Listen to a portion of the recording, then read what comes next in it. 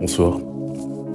J'ai eu à cœur de partager avec vous une pensée concernant le fait d'identifier si un serviteur est réellement appelé de Dieu, s'il vient de la part de Dieu, et encore si il demeure réellement en Dieu. Parce que nous vivons dans un siècle où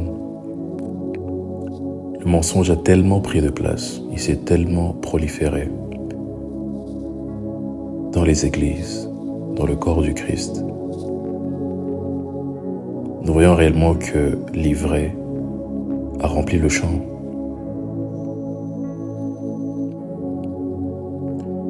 Et il est important de discerner, il est important de savoir reconnaître qui écouter, qui suivre, sans pour autant juger, mais pour préserver nos âmes et pour préserver notre salut. La Bible dit que l'homme spirituel juge de tout. Et la Bible nous encourage à examiner, à analyser, à juger les choses avant de pouvoir les accepter pour nous, les prendre à cœur et les mettre en pratique. Mais c'est quelque chose qui est devenu de plus en plus rare dans ce siècle. Les gens prennent de moins en moins la peine d'analyser les enseignements qu'ils écoutent, d'analyser les personnes qui émettent ces enseignements-là. Et voilà pourquoi beaucoup se retrouvent perdus, beaucoup se retrouvent déçus, beaucoup perdent même le respect, la crainte de Dieu, beaucoup perdent la considération pour l'œuvre de Christ, parce qu'ils rencontrent des personnes qui s'en servent, des personnes qui l'ont tordu. Et c'est très souvent parce que on manque de discernement, on manque de jugeote lorsqu'il faut identifier qui sont les vrais hommes de Dieu et comment les suivre. Alors je vais donner 3 points qui, je pense, sont quand même une très bonne base pour savoir comment identifier un homme de Dieu. Le premier point, je parlerai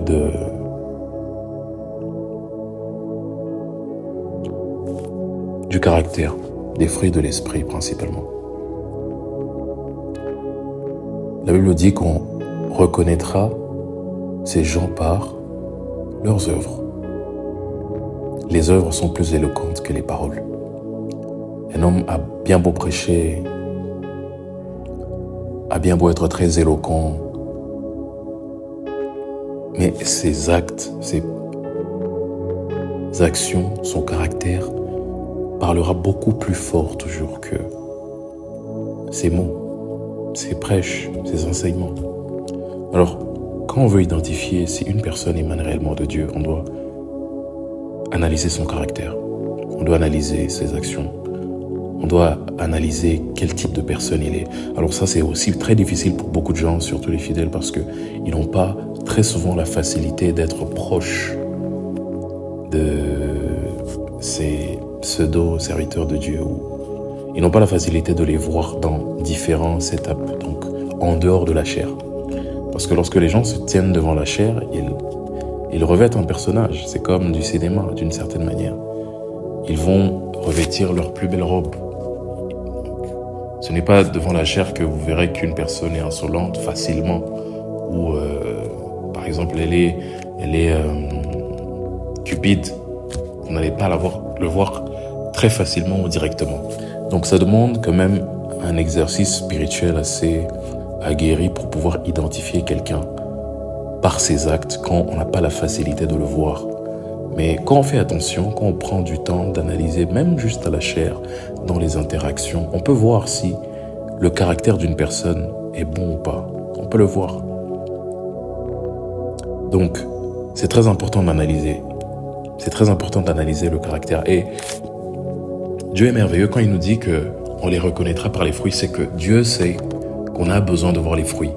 Et donc, vu qu'il est bon et qu'il veut le bien de ses enfants, d'une manière ou d'une autre, il permettra que tu puisses voir les fruits afin que tu puisses discerner.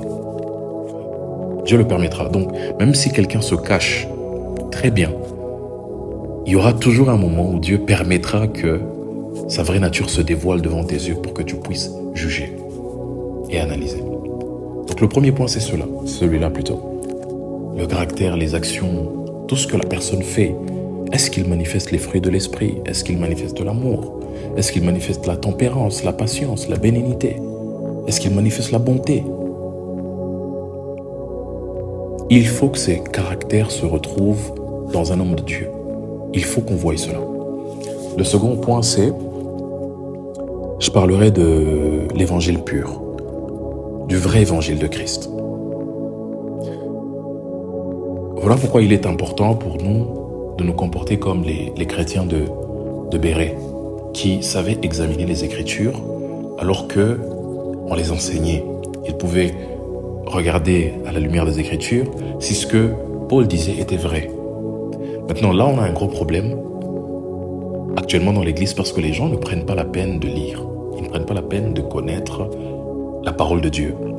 Et de ce fait, ça devient difficile pour eux de pouvoir identifier si le message qu'on leur prêche est vrai ou pas. Oui. Alors, il faut réellement s'appliquer à connaître la parole de Dieu parce que sinon, on est facilement trompé. Parce que si tu ne connais pas la vérité, comment tu pourras juger ce que l'on te dira pour te dire que c'est faux? Il faudrait que tu aies des données pour que tu puisses faire une comparaison. Si tu n'as aucune notion biblique, tu ne lis pas, c'est très facile qu'on te prêche n'importe quoi et que tu y crois. Donc il faut analyser si le prédicateur, le message du prédicateur est fidèle à la Bible. C'est aussi simple que ça. Le message de l'évangile, il est simple.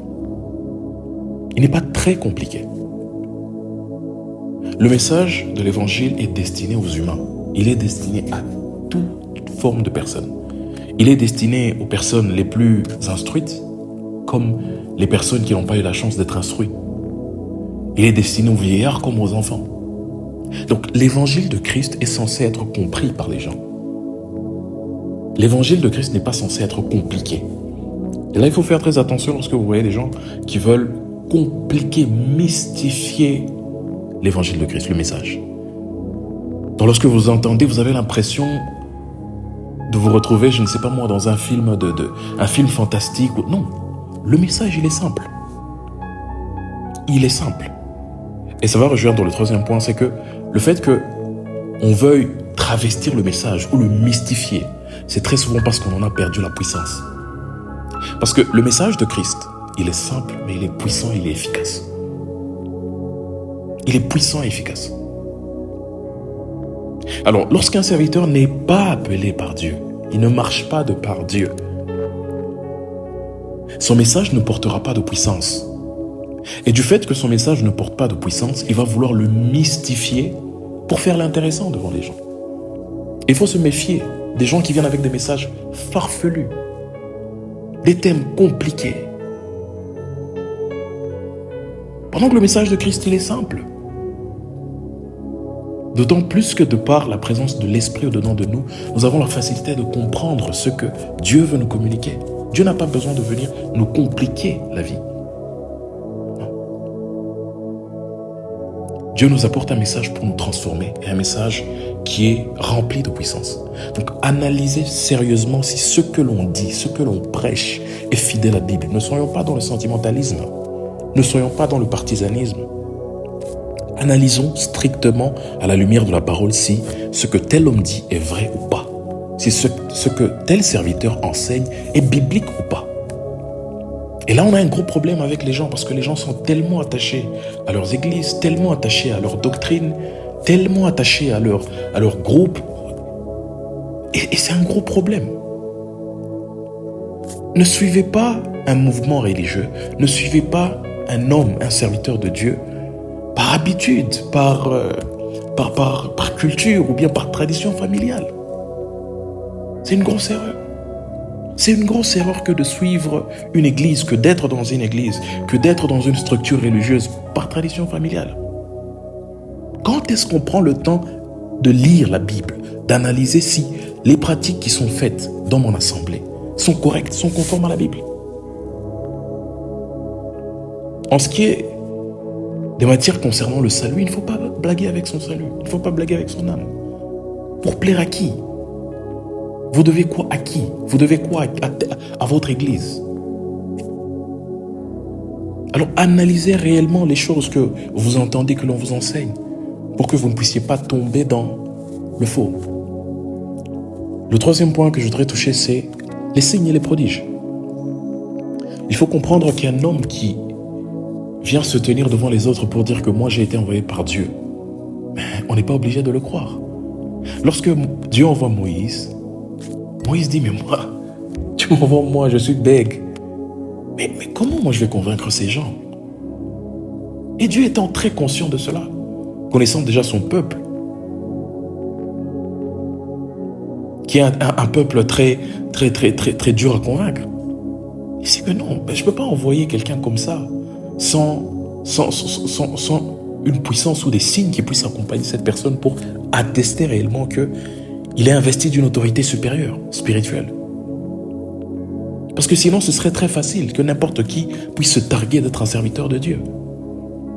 Alors Dieu dit à Moïse, montre-moi ce que tu as le bâton. Il lui montre des signes et des prodiges déjà avant que Moïse ne se présente devant ces gens. Et quand Dieu l'envoie, il manifeste des signes et des prodiges pour attester que c'est bien mon serviteur. Et c'est moi qui l'ai envoyé. Et vous devez l'écouter. Et il fait pareil avec les disciples. La Bible dit qu'ils s'en allèrent et ils se mirent à prêcher et ils confirmaient leurs paroles par des signes et des prodiges.